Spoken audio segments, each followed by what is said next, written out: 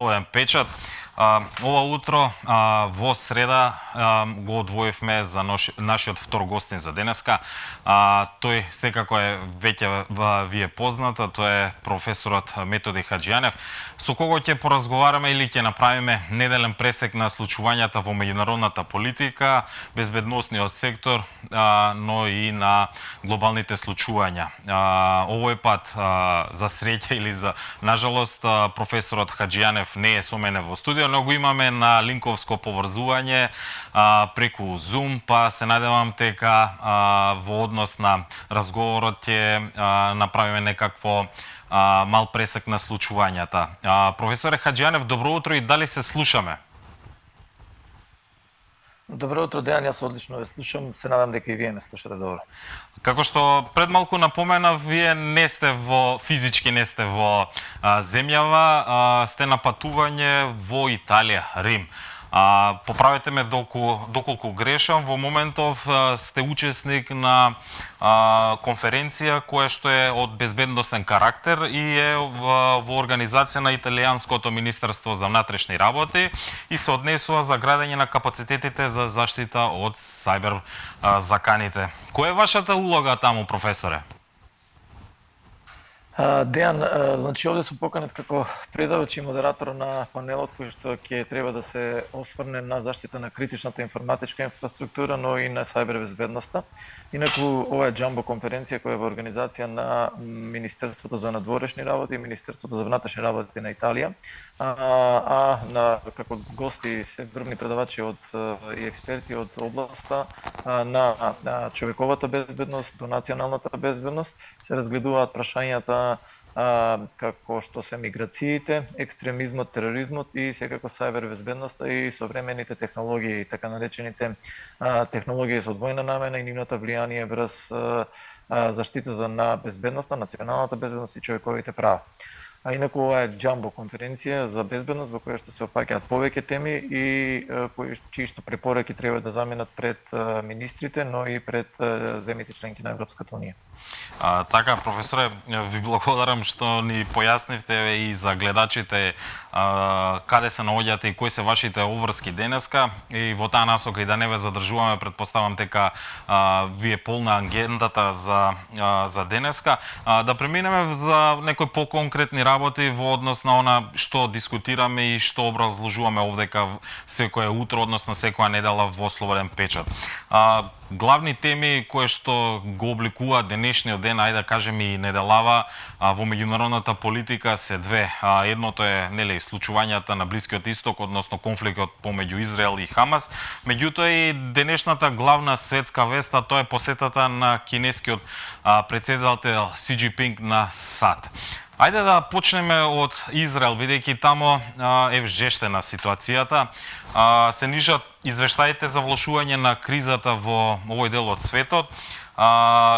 Главни топици, односно главни теми кои што се во светските медиуми се случувањата, односно борбите околу болницата Ал-Шифа, каде што е всушност главниот медицински центар во градот Газа и веќе неколку дена тој е опколен од страна на израелските трупи.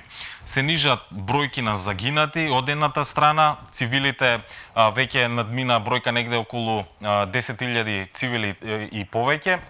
Но меѓутоа во исто време излегоа и податоци за загубите на израелската војска. До вчера попладне информациите говореа дека 45 војници на израелската војска го загубиле животот во борбите со Хамас.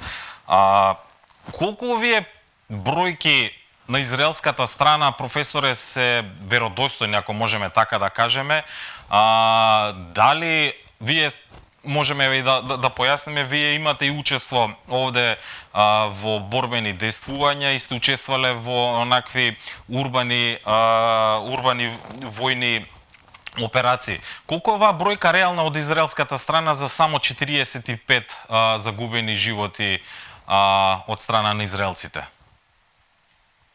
Реално мислам дека бројките се малце повисоки од тоа, иако мора да кажам дека доминацијата на Израел во техника но и во искуство е пред се на нивна страна, особено во овој тип на операции и заради тоа што имаат еден брутален пристап во кој што се наработили многу од операциите и действата кои што ги изведуваат се наработат на легалноста или барем од она што ние можеме да го видиме преку информациите кои што стигаат, секако треба да се земат со резерва бидејќи не можеме да ги потврдиме самите ние од теренот и заради тоа, нели, заради спречување на ширење на дезинформација или лажни вести би рекле дека само дека тоа се информации кои што се споделуваат, според кои Израел има загубено и доста голем број на техника, над 60 тенка до сега се калкулираат како загуба, што значи дека самиот број на 45 војници е многу поголем. Можеби да тоа е бројка која што пример е дадена за одредена фаза од дадена операција или во последните, да кажеме, 48 часа.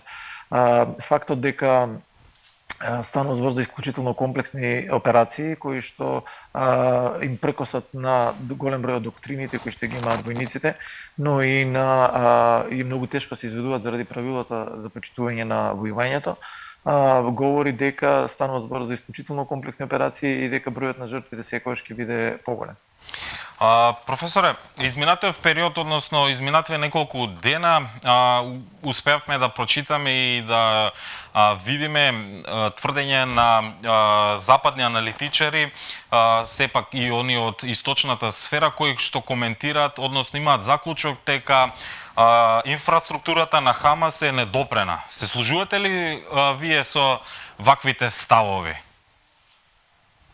Па не би рекол до крај, зависи за тоа за која инфраструктура зборуваме. Ако зборуваме за онаа површната над Газа, во тој случај Израел веќе ја има доминацијата на површината. Она што не знаеме што се случува е што е под земјата, бидејќи таму имате тунели според некакви си информации кои што одат доста длабоко. Сето тоа говори дека многу е тешко да можеме сега да судиме или да дадеме некаков суд за тоа дали на вистина има ефект операцијата на Израел или пак станува збор за некаква си пропаганда. Така. Во исто време се нижат и забелешките кои што доаѓаат и од Белата куќа. Из утринава имаше повици и официјално соопштение Израел да внимава, односно да биде предпазлив во операциите кога се однесуваат за болничките, односно здравствените установи. Овдека повторно беше нотифицирана болницата Ал Шифа. Па ме интересира, Хаџијанев, дали седиштето на Хамас е токму под темелите на оваа болница која што изминативе денови жестоко се гранатираше од страна на израелските трупи. И дали во исто време се прави и некаква хуманитарна катастрофа со воено затегање на обрачот околу овој простор?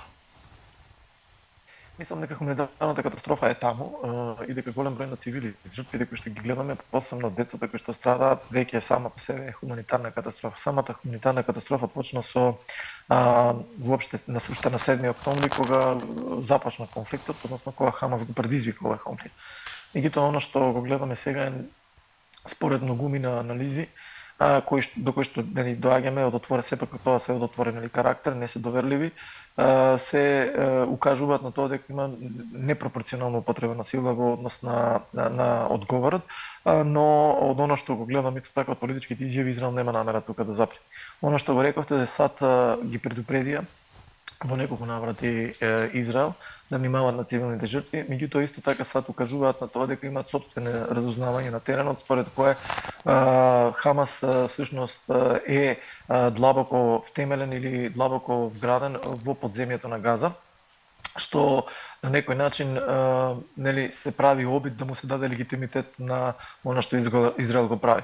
Во однос на конкретното прашање за тоа дали болницата под неа има седиште на Хамас, мора да разберете дека Хамас нема да си дозволи да го централизира местото на една локација, него тоа најверојатно ќе го направи на повеќе локации низ Газа и на повеќе нивоа. Но она што треба да се нагласи е дека Израел своевремено уште во 1983 година има изградено подземни тунели кога управувал со Газа. И мислам дека некаде 2009-2010 година имаше и овој како се вика чланаци на новинарски надписи или истражувачки истории кои што говореа за тоа дека Хамас ги има окупирано овие болници, односно подземни тунели и најверојатно идејата за изградба на, односно за проширување и надградување на овие тунели е од там. Можеби од тука доаѓа информацијата дека Израел значи знае дека постои некаков тунел таму и претпоставките дека борците на Хамас се под овој тунел. Она што треба да го нагласиме за да знаат гледачите е дека на овие информации мора да се пристапи со резерва, бидејќи секој од своите страни настојува да го мултиплицира својот фактор во влијание, а тоа е преку дезинформација или пак преку делумно прикажување на точните информации. Токму така, професоре, тоа беше случај и се уште е случај со војната во Украина. Еве гледаме дезинформациите се можеби една од главните алатки во војувањето на Блискиот Исток. Меѓутоа уште едно сосема кратко прашање кое што изутринава излезе во медиумите, а се однесува нели на војната операција на Израел кон Хамас, е тоа дека покрај барањата за прекин на огнот, покрај, ајде да кажеме, критикувањето на американците или Белата куќа за бомбардирањето на болницата Ал-Шифа, Шпанија изутринава размислува да воведе и ембарго за оружје кон Израел. Што ова говори Хаџијанев? Тоа говори дека Западот не е единствен во однос на овој како се вика на одговорот и прашањето кон Газа, уште повеќе Европа не е единствена, бидејќи Шолц призна дека, односно смета дека се она што Израел го прави во склад со меѓународното право и тој јавно го кажа вчера. Наспроти него сега Шпанија излегува со еден ваков предлог. Макрон е под силен притисок да мора да отстапи од поддршката која што дава на Израел заради тоа што се соочува со големи немири, посебно од муслиманско население во Франција, голем дел од нив му е дадоа довербата, значи тој дојде на како се вика, голем дел од гласовите кои што ги доби последната изборна трка дојде од него. Токму од ова население и сега всушност истиот се наоѓа значи под силен притисок и покрај тоа што јавно во неколку наврати сакаше да го поддржи Нетањаху. Меѓутоа она што исто така се случи потоа, значи неговите реакции за осудата на Нетањаху и реакциите назад од Биби кон него всушност само по себе говорат дека Израел единствен некој кој што би можел да го послуша за сега е САД, а она што го гледаме дека САД Германија имаат да кажеме израмнет став, односно се на се она што која е поентата на оваа анализа е дека во генерална смисла се тоа во прилог на предизвикувачите, ревизионистите, тоа е пред се Путин и сите кои што играат некако си блага неутралност во овој конфликт, меѓутоа во голема мерка користат секој на своја страна да добие поени и ги засилува аргументите, а тоа е дека либералниот свет има сериозен предизвик кој што се однесува не само на државно ниво, туку оди длабока подолба до комуните, односно до заедниците и сето тоа се рефлектира и на терен преку демонстрациите и преку се поагресивните нели припукување на населението во рамките на западноевропските. Очекувате, сосема кратко, очекувате дополнително напукнување на единството помеѓу европските земји и САД кога станува збор за операцијата на Израел кон Хамас? Апсолутно, голем дел од земјите кои што да кажеме немаат таков изграден став како Германија, започнаа веќе иницијативи со кои всушност и тоа сепак е повторно мора да кажам за домашна употреба, иницијативи кои што пред се водени од задоволување на јавното мнение, за да можат да нели одговорат на истите и да се спремаат за трката за избори кои што следува во 24-25 година. Така. Професоре, овдека некаде би преминале на вториот дел од прашањата и темата која што е во очите на светската јавност, а тоа е како што предмалку напоменав посетата на кинескиот председател Си Џинпинг на САД. По 2,5 децени кинески председател доаѓа во посета на Сан Франциско. Поточно, извештаите, анализите на западните медиуми и светската јавност е дека главна тема или главна причина за посетата, денешната посета е нели релаксирање на односите. Ако се знае дека двете земји се вклучени во долгоречен надпревар за глобална превласт, меѓутоа и оние преперки кои што ги имаат во моментот околу тајванскиот теснец, Тајван, економското ембарго од страна на САД кон Кина, што може да очекуваме по денешната или за време на денешната посета на кинескиот председател на САД? Лично мислам дека секој вид дипломатски да се разрешат споровите е за поздрав и тоа оди во прилог на човештвото, особено кога два вакви гиганти имаат противставени ставови, чии што искрен род на споровите кои што го имаат по неколку основи, тоа не е само по однос на Тајван, туку и во однос на доминацијата и во пристапот на развој на технологиите, можат од искри да прераснат во катастрофални последици, бидејќи целата исповрзаност и испреплетеност и меѓусебна зависност на светот ќе предизвика така наречени каскадни ефекти од кои што никој нема да има ќар.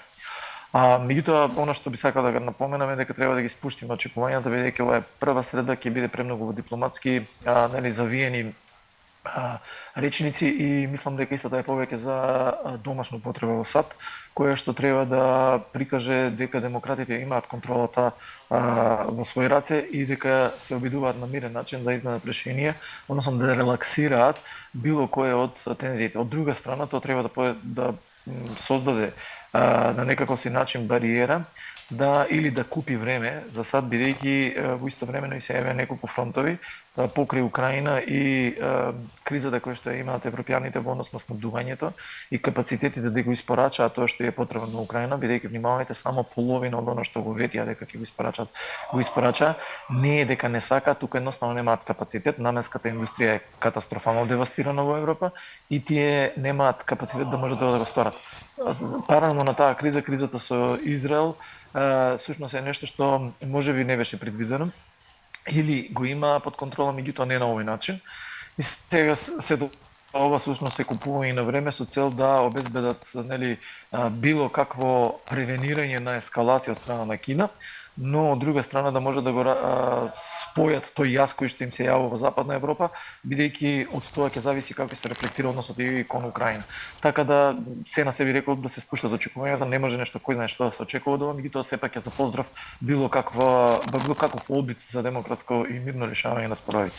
Колку е уште едно прашање на крајот, колку денешната средба ќе може од страна на Вашингтон да се протолку или да се објасни на јавноста дека покрај релаксирањето на односите надворешната политика на САД во иднина ќе биде наменета кон случувањата во Пацификот. Колку денешната средба може да се окарактизира како обид за деескалација на случувањата во Јужното Кинеско море и околу Тајван? Токму тоа го реков, значи ова ќе биде повеќе купување за гласови за домашна употреба и ќе се таргетираат пред се неодредените, затоа што САД веќе е длабоко поделено општество на црвени и на плави, односно оние кои што се прорепубликанци и оние продемократи. И сега таквата идентификација всушност не сум сигурен дека ќе ги таргетираат овие табори, она што ќе сакаат на домашен план да го направат сега дипломатите и Белата куќа е да ги таргетира неодредените, бидејќи токму тие можат и да одлучуваат во однос на трката за претседателските избори. Оваа трка, инаку мора да кажам, сигурно ќе биде од големо значење, бидејќи можно е Америка да не ја видиме повеќе во она светло како што ја гледаме, или да продолжи со овој курс на дејство како што сега го има, бидејќи доколку победи Трамп, ако остане во трката, во тој случај најавите се дека ќе имаме радикален промена во однос на курсот на меѓународната политика, но и кон пристапот кон голем број на организации меѓу кои НАТО. Така, Хаџијанев, ви благодарам уште еднашка за одвоените минути за Слободен печат. Ви пожелувам успешен и пријатен ден во врските кои што се пред вас, а со вас ќе се видиме, се надевам, следната недела во студиото на Слободен печат.